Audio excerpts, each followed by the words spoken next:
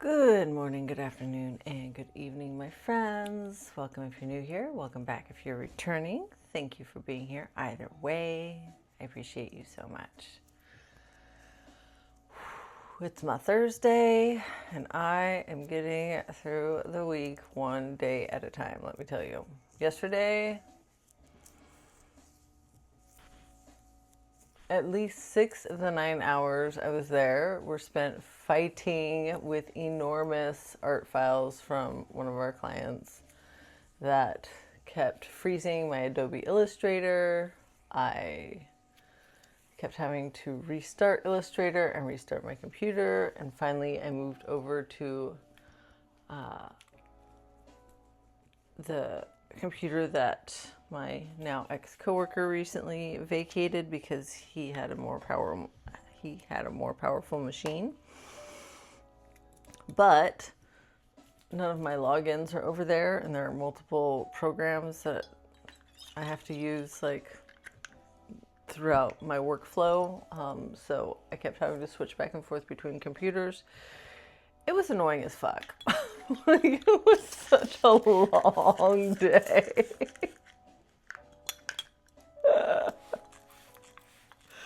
It was so trying, and to make matters worse, like this, I think it's the 4th time that I'm working on this job. It's at least the 3rd. And the complaints that the customer made this time are absolutely not my fault. The art came to me this way, like they were like, the artist credit doesn't show on 3 of the 4 panels. I'm like, well, that's because you buried it below like 30 layers worth of clipping masks.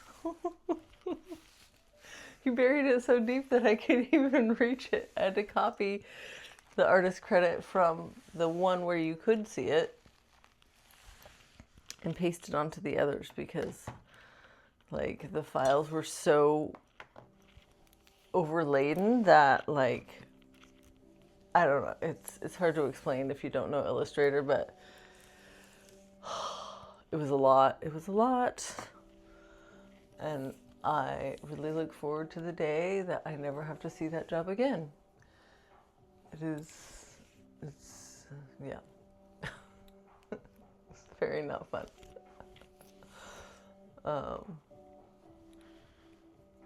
But I made it through it, and I had a funny moment where I got really frustrated, and I just like leaned back in my chair and looked at the sky and put both arms up and went,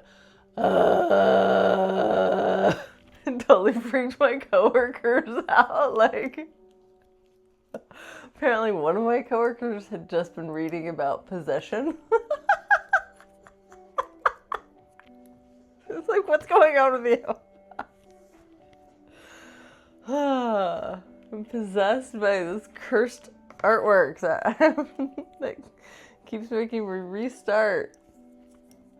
So anyway, hopefully today is better. My brain was totally fried after work yesterday, and I didn't study more of my driver's manual. I did on the bus before work, like that seems to be how it's going. I can study in the morning when my mind is still fresh, but after work, like after 9 hours of that nonsense, like my brain just won't focus. And that, I mean, how can I expect it to? I've been forcing it to focus on things it doesn't want to focus on for like 9 hours. It's crazy.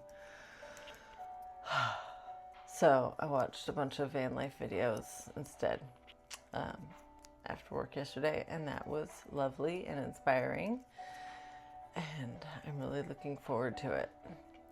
And I've started seeing vans everywhere, like Mercedes Sprinters, Ford Transits, Ram ProMasters. There's like I think there's like a whole fleet of ProMasters for sale in my neighborhood. I have a few little car dealerships just down the street from me, and one of them has, I don't know, I think at least 7 ProMasters in its lot. One of which looks like it has an extra tall roof, which I'm kind of curious about. I might, if I'm not exhausted after work today, I might walk through and check it out. And if not then, I might do so after my driving knowledge exam on Saturday. Because I think I might want to go to the grocery store, which is right across the street from this lot, this car lot, after my exam. I'm getting kind of nervous about my exam, even though I said that it'd be fine if I fail and I can just reschedule it and do it again. That'd be embarrassing, wouldn't it? Especially since I've never failed it before. But, I mean, in my defense, it has been 10 years since I've driven, and it's been at least 20, probably more like 25, 26, maybe more years since I've taken the written exam, and they've added a lot, so.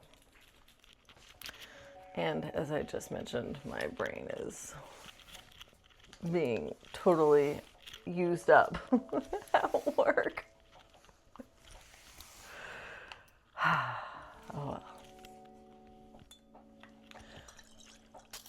At least the week is nearly over.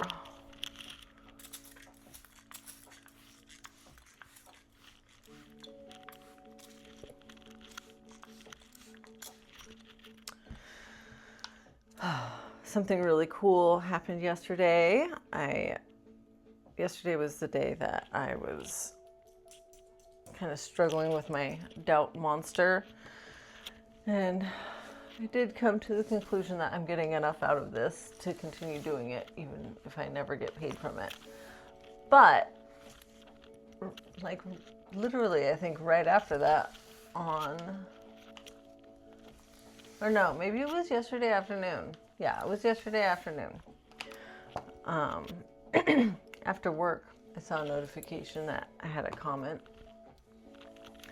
on YouTube, and someone said, "I'm so inspired, I subscribed 2 times." And I love that. Thank you. Thank you. That was like the perfect timing, like right on a day I was like having doubts about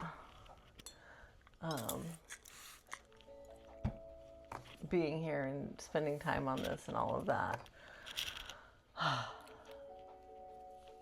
Yay. Yay. Thank you. I'm glad I'm inspiring someone. That's like at least half the reason I'm doing this. The other half is me wanting to learn to be more comfortable speaking and sharing my thoughts and ideas in life, and also keeping a record for myself that isn't written. I also journal, but I've noticed in reading my journals that there's like so much that I don't say in them. Like I wish I had said more from certain times in my life. I'm like, why am I talking about this stuff? Like, I know there was more important stuff going on back then, but that's the stuff that wanted to come out. And I think different stuff comes out when I'm talking than when I'm writing, which is really interesting. But even though I do think it's worth doing just for myself for those reasons, I genuinely do want to make connection and inspire people and help people who are going through similar things as I'm going through or as I have gone through. So thank you so much for your comment. Welcome. And what else? Looking at a ton of different layouts for vans. I do think that I'm going to be able to get my sewing machine into a van. And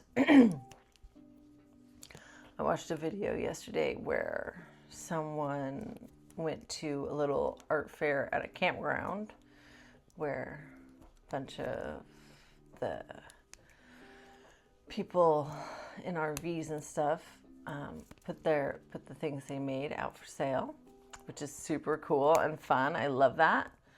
And one of the ladies had like pot holders for sale, and she said that she'd gotten a small sewing machine to fit in her van or to fit in her RV. But I think she was traveling with her husband, and he wouldn't let her bring like her big machine and all of her fabric. But she insisted on bringing some. Good for her. And a little machine. So I don't have anyone that I have to discuss this with. So I am going to take my big ass heavy treadle machine. So there. And I'm going to learn how to use it. And I'm going to at the very least make pot holders.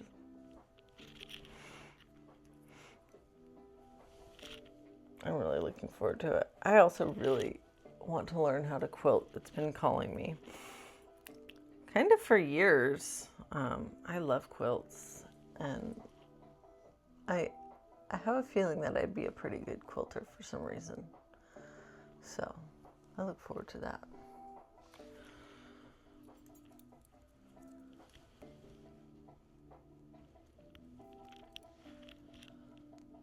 Okay.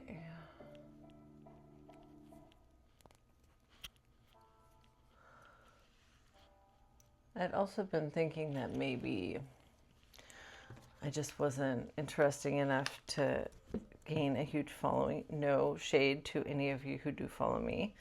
I'm not saying that you have boring taste, but, or maybe I was just like too unique or something. But that same video where the woman like went to a little campground art show, her video, like, and her speaking were not the best. Like, and she has over 1,000 subscribers. So I'm like, if this person can get 1,000 subscribers, I can get 1,000 subscribers. Like, definitely. And no shade to her. She seems like a very nice person, and very creative. She also had her own little art booth.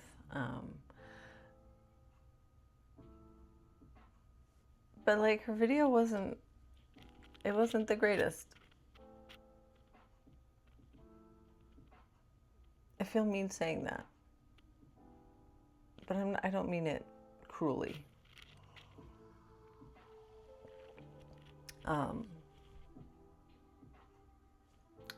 It gave me encouragement. Let's put it that way.